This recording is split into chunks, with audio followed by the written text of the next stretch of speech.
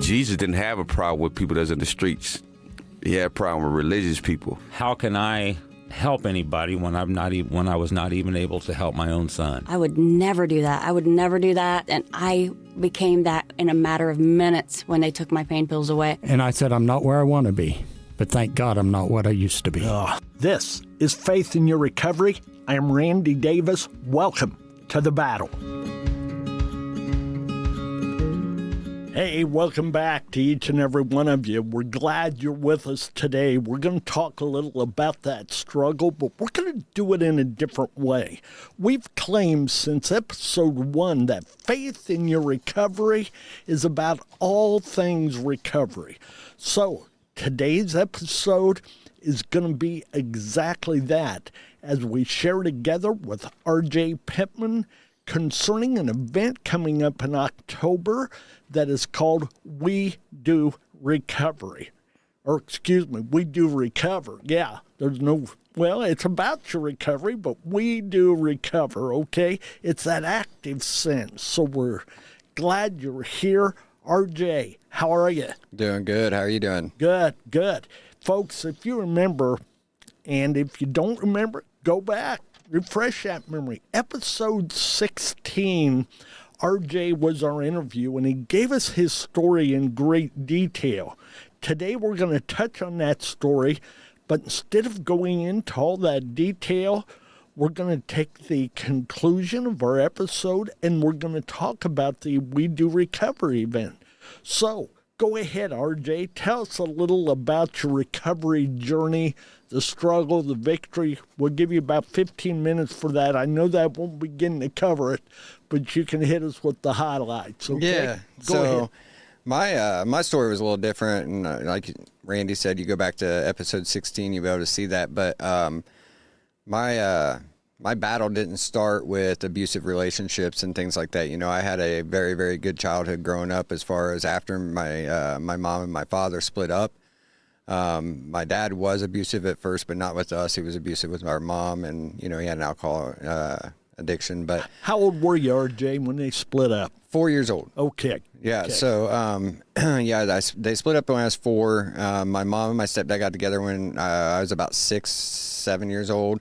And we had a great childhood growing up, my brother and me, at that point. But, about the age of 12, that took a turn. I started using marijuana, and, you know, I know that everybody calls that the gateway drug. And back then that was my gateway drug, because as an addict, it just took one thing to make me feel like that I had some kind of different, you know, brain effect going on. I felt good. So at the age of 14, I was very active in sports. And, so I was working out, you know, obviously, and hitting the weight room, and I wanted to get bigger. In order to get bigger, I needed more energy. So I started using cocaine, and that just took me off in a downhill spiral from there. I was starting quarterback at Blackford High School, and played basketball, played baseball, bowling. I mean, you name the sport, and I was there, all the way down to playing golf, you know. And but at the age of 16, I decided that I wanted to go a different route. So I stopped going to school. I stopped going to my sports and things like that. And I started doing other things. I started doing drugs more. I started selling drugs, because in order to do drugs, I had to make money to be able to do those drugs. Oftentimes goes hand in hand, right, whether we admit it or not. Yeah. So I ended up selling drugs to do drugs. And at the age of 18, on my 18th birthday, it landed me in jail. You know, at midnight, I turned 18 or whatever, you know, it's when you start celebrating your 18th birthday. And at 12:15, I was sitting in a jail cell. And that stemmed back from 16 to 18 of writing bad checks, doing things that I was doing illegally to be able to use the drugs that I was wanting to use. So what were you charged with that got you in jail at that time? My first set of charges was 16 Class A misdemeanors for check deception. Okay. Out of Grant County. That turned into, obviously, a whole downhill spiral in and out of prison and jail systems for the next 16 plus years. And using multiple different drugs, from all the way from marijuana to heroin to fentanyl to, you know, and back then, obviously, whenever I was using, isn't like it is now. So it wasn't, everything wasn't cut with fentanyl. Everything wasn't a one and you're done type thing. It was, you know, we got high, we partied, we had fun. You did have some overdoses, but it was nothing like it is today. So, you know, I was in and out of, obviously in and out of incarcerations all the way from the age of 18 up until 4.5 years ago. And 4.5 years ago, whenever I decided to get clean on September 28th, I decided that I was done, and I just gave my life to God. And How old were you at that time? So I would have been 38. So you say from the time of, did you say 18? Well, in and out of 20, incarceration, yeah. 20 plus years, Yeah. give or take. Yeah, in and out of incarceration for, you know, over a 20-year span. And I dealt with an addiction issue from the age of 12 all the way until the age of 38. So 26 years I dealt with that. And, you know, I battle that still today. I'm clean and sober, but I still battle that I have an addiction issue. And you know, so even being 4.5 years clean, I still go to 2 to 3 meetings a week. I still, do everything I'm supposed to do to try to maintain that sobriety. But one of the things that was one of the stepping points, I think, to getting clean was, me and my mom was best friends, you know, obviously, because I didn't have that father figure that I thought that I should have. I had a stepdad, but he ended up leaving whenever I was in the middle of my active addiction, and was cheating on my mom. And so me and my mom grew a really, really close relationship. And I came home from prison one time, and I was at the sober living house in Fort Wayne, and she was in the hospital. I went out to see her that morning. When I walked off the elevator, she was in what they call stroke activation or something of that nature. Anyway, she was in the middle of an active stroke. And so they told us that she had 48 hours to live, and within 12 hours, she had passed away. Now, I say that was a turning point in my recovery, but it didn't start there. You know, I made her. It got your attention. It got my attention, but unfortunately, I started using even more heavily after she passed away, and it took that one last time of being arrested to say, okay, you remember what you promised mom when she was on her deathbed. Was it because of the pain of that loss that you increased the So use of, I lost. Was that at least your excuse? Well, I lost my faith in God. I mean, I was mad at God, and overtaking your mom. Yeah, because Okay, I was got like, that. how are you going to take Got that. somebody so good, and so you got all these evil people out here, and you just let them roam the streets, but you take this good person away. And I just couldn't understand it because I didn't have that relationship with God yet that I have today. And it took 2.5 years into my recovery to finally understand that there's a reason for everything. There's a positive to every situation. And it actually, it took a Brianna's Hope meeting for somebody to make me realize that, you know, and I realized that, you know, she's no longer in pain. She's no longer hurting. She's no longer suffering from addiction issues of herself, because she was struggling with that at the end of her life. And I realized that I wasn't ever going to get clean if she was still alive and I was taking care of her, because she struggled with addictions, you know? So, An addict helping an addict doesn't usually add up to one success. Not at does all, it? no. Let alone two. yeah. And so even into my recovery now, you know, you learn to deal with emotions. You learn to deal with different things that we never had to deal with in our active addiction. And last year, almost a year ago now, next week, will be 1 year, my dad passed away. Well, I just started rebuilding that relationship with my dad. And, you know, I had lost that over the period of the 30 plus years that I was out running the streets. And so he had finally gotten clean, and he got sick. And so a year ago, we lost him, and I was learning how to deal with that emotion of loss while being sober. And that's not an easy thing to do when you've never dealt with that, you know? So Absolutely. obviously I reached out to my support system, and I, you know, walked my way through that with God. And this time around, I understood the reason why God was, you know, had taken him. I wasn't mad at God this time like I was with my mom. I think that's what made it a little bit easier to deal with, you know, and to maintain my sobriety. So, you know, now I can sit here today and say that I'm sober, and I made it through a loss of life and a relationship with my father that I just rekindled, you know, and I can only say that because I use my support system. Well, there's nothing easy about loss, whether you're into addiction or not. Yeah. When it's somebody you love and you lose them, that's not a fun moment at all. And there are a lot of lessons to be learned about ourselves. Yeah. We all rely on something, whether it's God or a drug. We're going to turn to something in those moments to get us through. Right. But you've finally gotten to that point to where the drug's far enough behind you and God's there with you. It's a much easier reach. Yeah. And a much safer one as well, yes? Yeah, so, you know, if I would have relapsed during the middle of that with the drugs the way they were today, obviously we know what one and done means today. And with the way the drugs are cut, that just means that I could have been laying right beside him, you know. So I think that within my mind, and knowing that God was beside me through the burying and all of that stuff, and grief and dealing with grief, that made it a whole lot easier than using drugs and then waking up and feeling it again, and using drugs and waking up and feeling it again, you know. That vicious cycle that just swirls down and down. Yeah, it's horrible. You know, and another turning point, and I don't share a lot, but another turning point was, you know, during the millennium, obviously everybody thought the end of the world was coming. We had a big party going, and one of my brother and I's best friend had a 380 automatic, and he shot himself right in front of us. And so my brother and I were trying to hold him together, I would say, without being too gruesome on here, but trying to stop bleeding and getting an ambulance to arrive. But in long term, he lost his life. And that, from that point on, I mean, it was just... Was that drug-related, drug-induced? That's drug-induced and mental health-related, you know? Okay. And I think that kind of goes hand in hand today as we learn more and more about drugs and substance abuse disorder. And but it was definitely drug-induced, because we had been up for 5 days drinking and partying. Now, we wasn't partying on the things that it turned that trauma situation turned it into, me using more heavy drugs, I guess you'd say, opiates and heroin, fentanyl, things like that.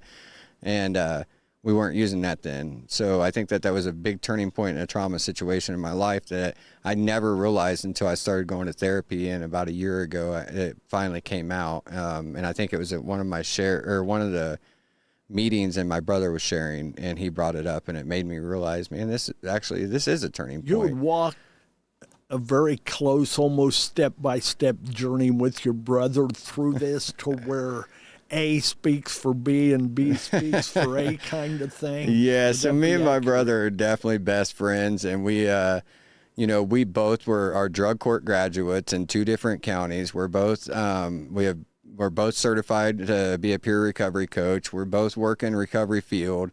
So yeah, I would say A speaks for B and B speaks for A for sure. Okay. Well, folks, I'll tell you what. Once again, RJ's full interview, his full story, go back to episode 16. That was on August 1st, 2022, and you can hear, I almost said read, but you can hear between the lines as he shares more of those details. But he did a good job of bringing you up to date. And that's what leads us into an event that he has coming up this October. We Do Recover. I've got a few questions for you here, RJ, but let's begin. Just give the folks an introduction and explanation of what We Do Recover is about. Yeah, so 4 years ago, I went to an event up in Fort Wayne, and I seen some recovery. It was a recovery event, unrelated to this event. And some of the artists that are at our event were there, and I was like, man, these guys are really cool. Like, this is really awesome to see all these people in recovery come together and party, and there's not weed smoke going everywhere. There's not drinking going on. Like, this is really awesome. And I was like, you know, I got to figure out how do they get this going? And so I got really lucky, and I got to speak to 2 of the artists that were there. I got their phone numbers, and so I was able to take that. And the very next year, my nonprofit organization that I have called Get Sober, Stay Sober, I was like, I reached out to him and I said, hey, what do we got to do to make this happen? And that was 4 years ago. And now this is the 4th annual We Do Recover event. And we bring in people from all over the United States, different cities, for speakers and performers. So it's We're really going to cool. talk about those speakers and performers here in a moment. Yeah. We'll give you a chance to tell the folks just a little bio on them. Is the event still going on in Fort Wayne that you kind of modeled in your head after? So that was like a tour that these guys were doing, and so they haven't been back up there. More of a one-time thing. It was a one-time thing, and I wanted to do something that was an every year thing. So you want to be on their yearly tours, so to speak. Yeah, we wanted something that Yeah. everybody in recovery can come to every single year, you know. In one sentence, sum up what you want to see happen with We Do Recover, this year's event. What is a goal, a mission? Give us a brief. My goal and mission every year and that including this year is to bring people in that have 0 days in recovery, that are seeking recovery, and they see how great that this is, and they find the resource tables that we have at this event, you know, from treatment centers down to A Better Life, Brianna's Hope, and things like that. And they want to seek that out, and then they find recovery themselves. That's the ultimate goal to this. And ending the stigma within our community is obviously what addiction is. And I'm going to guess, correct me if I'm wrong, those who are already in recovery come here to celebrate. Oh, yeah. Come here to bring a brother, a sister alongside them and help them get to that point where they used to party together. Now they want to recover together. It's amazing to see the amount of people that come. You know, the first year we had, I think, 200 to 300 people. And then last year we had almost 1,000 people show up. And these are people that did party together, and did drugs together. And then now they're doing recovery stuff together. And you're seeing a whole different side of them, but at the same people doing it, you know, and it's just amazing. It's awesome. You know, one of those things we hear all the time here on our Faith in Your Recovery podcast is the idea of having to change your people, places, and things. Mm-hmm. I think of that, and it's a personal opinion. It's up for your vote, okay?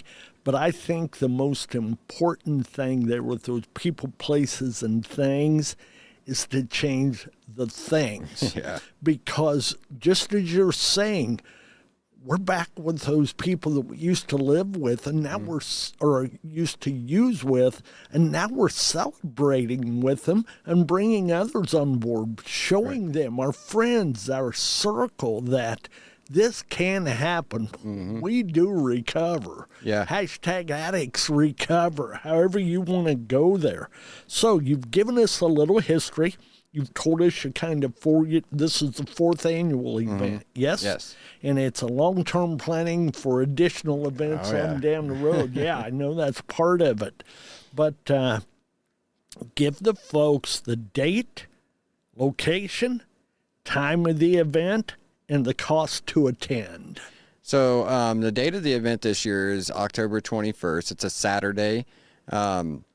And it is going to be open from 2 p.m. to 9 p.m. this year. It's a little bit earlier than last year, and we did that just because of the reason that we want everybody to stay through the entire event.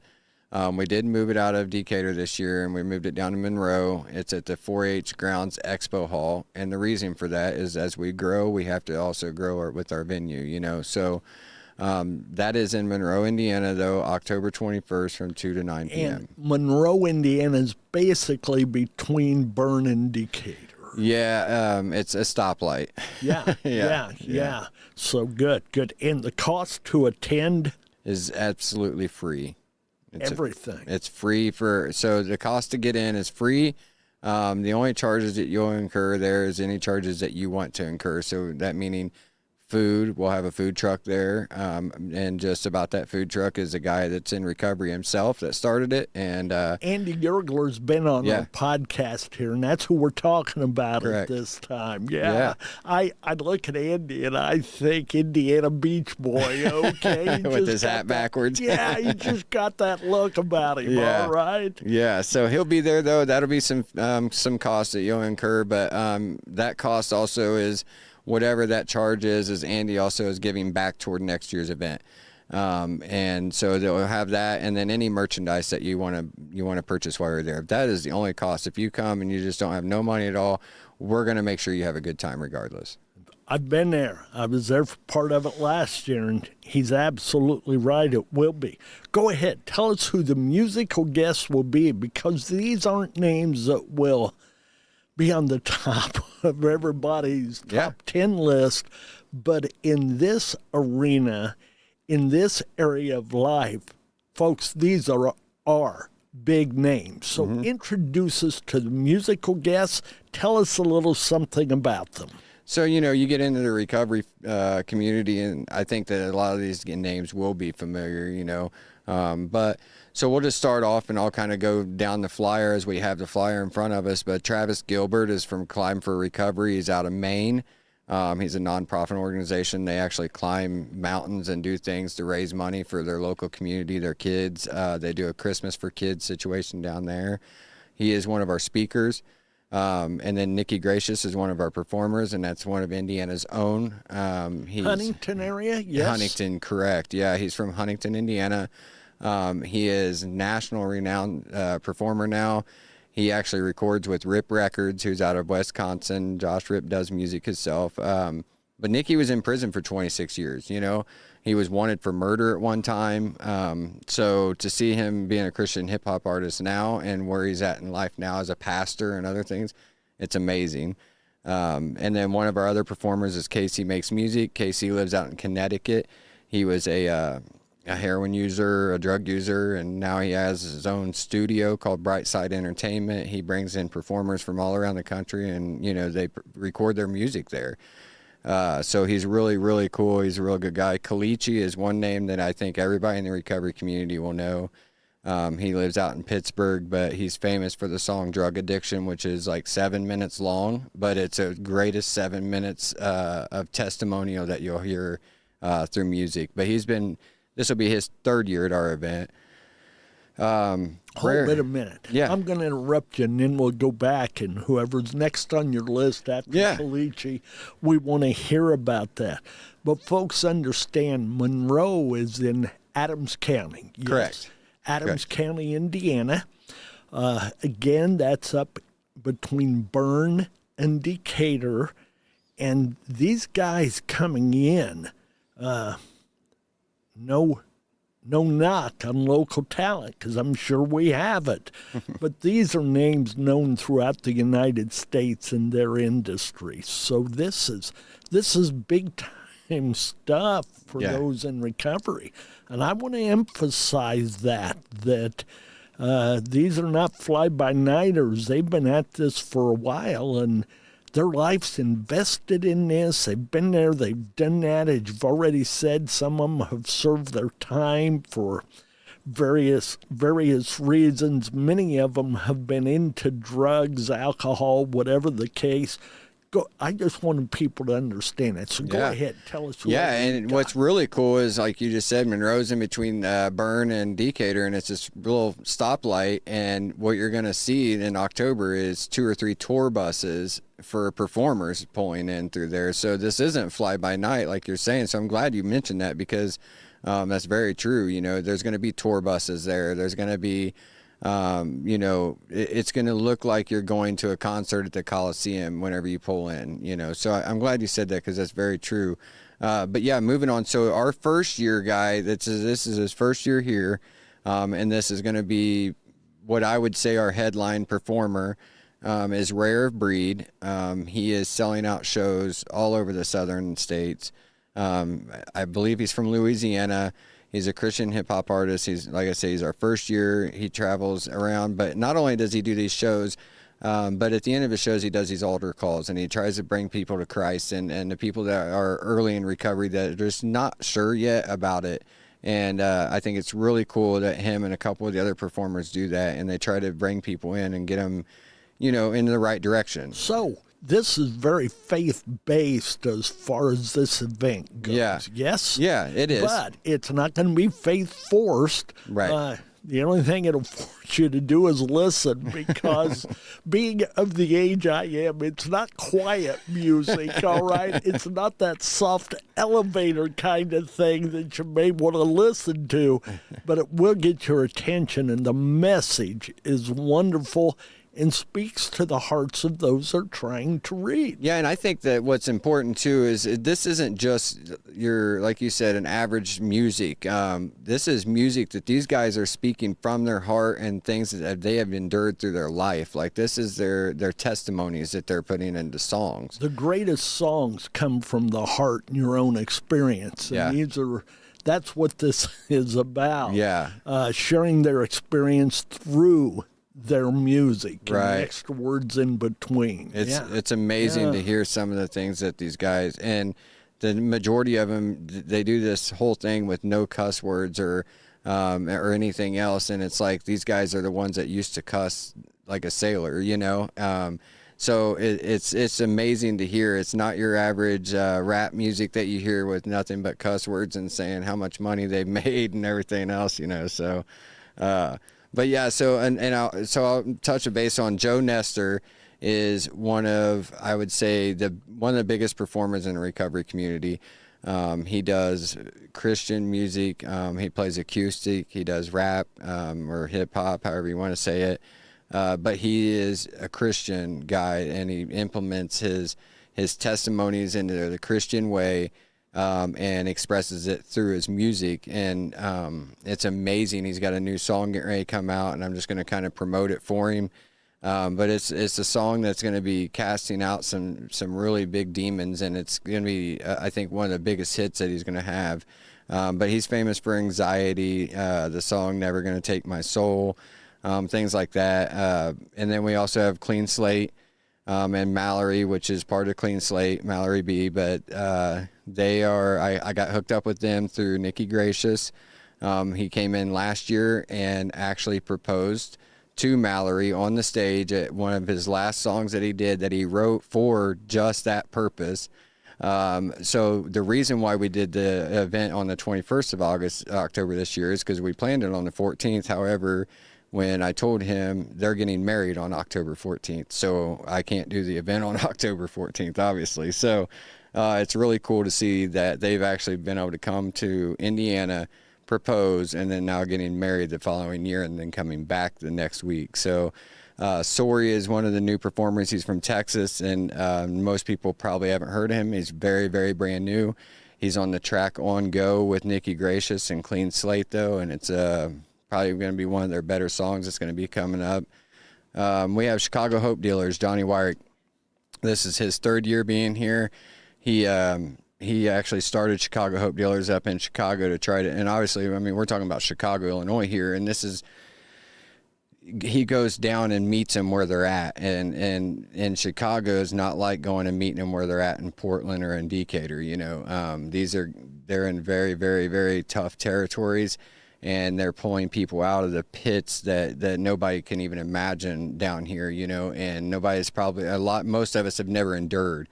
And he's bringing them out and getting them into treatment, and then he scholarships them into sober living.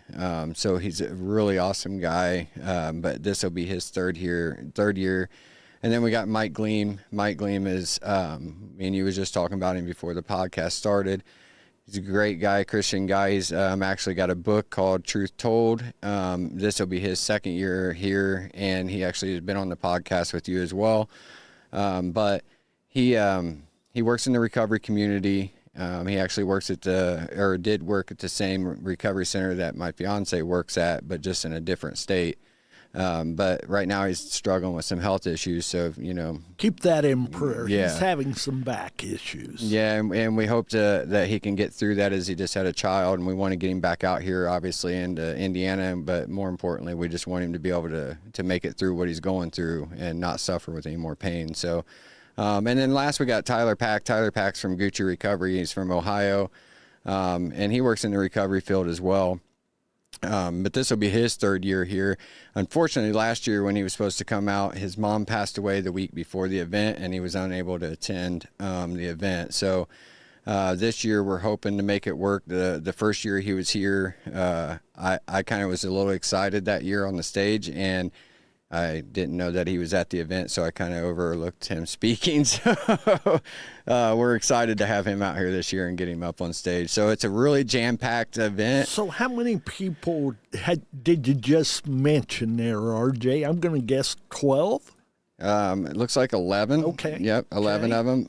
And how long will each one of them basically perform? And I know there's no absolute formula to that, but what, 45 minutes? Yeah, we're for looking to each try one? to give them 45 minutes to an hour for each one. Some of them are going to mix together. You'll see Joe and Casey and Cleachy on stage together a lot. You'll see Nikki Gracious and Sori and Clean Slate on together a lot. And so you're going to see these guys not only playing a set by themselves, but also being together, Well, they've been to enough different events that they've come to know each other, enjoy each other's yeah. style, and compliment it, so Yeah. they come together. What about speakers? I know all of these guys and gals are going to have things they'll say, but do you have specific speakers lined up? So our speakers lined up are Travis Gilbert, Tyler Pack, Mike Gleam, and Chicago Hope Dealers. We got 4 speakers lined up this year. They're going to get about 20 minutes apiece this year, 30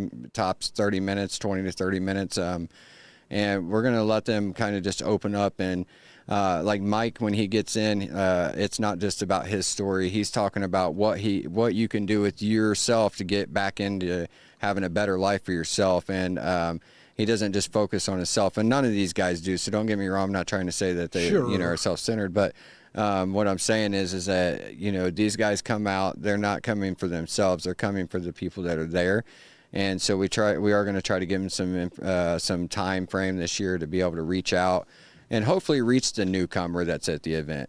That's the ultimate goal. Okay, so you've got that list of 11 performers. You've got a half dozen or so speakers.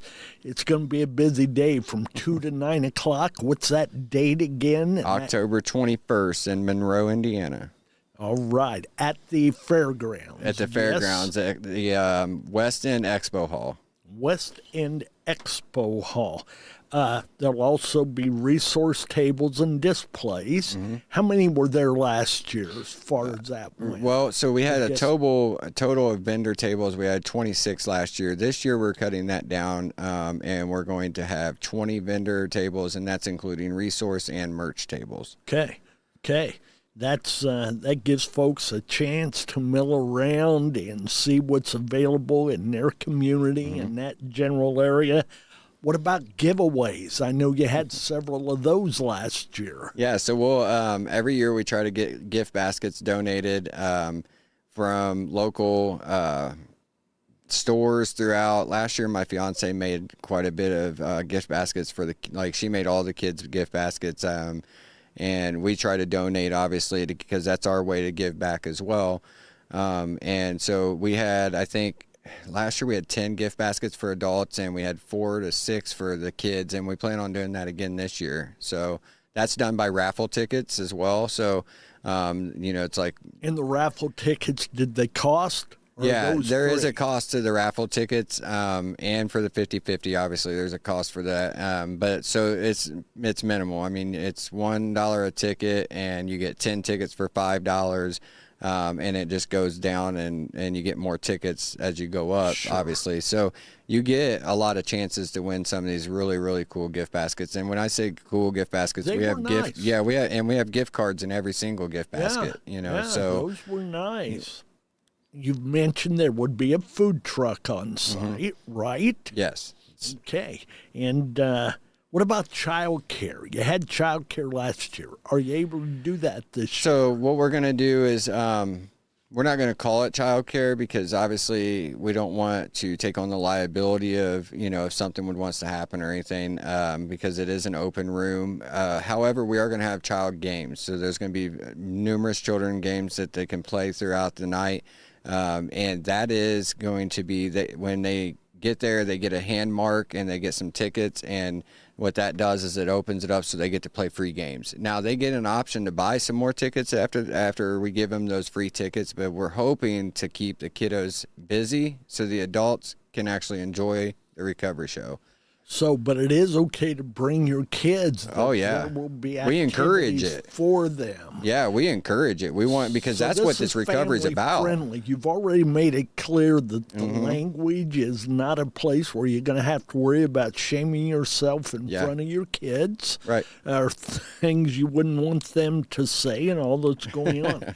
Let's go back over the true details, the time, the location, and everything again. And then if there's anything else you want to say, go ahead and we'll wrap this up. All right. So, as Randy said, this is October 21st. It's called the We Do Recovery event, the 4th annual. It's from 2 p.m. to 9 p.m. in Monroe, Indiana at the 4-H Grounds Expo Hall. That's in Monroe, Indiana. We have a website, WeDoRecoveryEvent.com. You can check that out as well.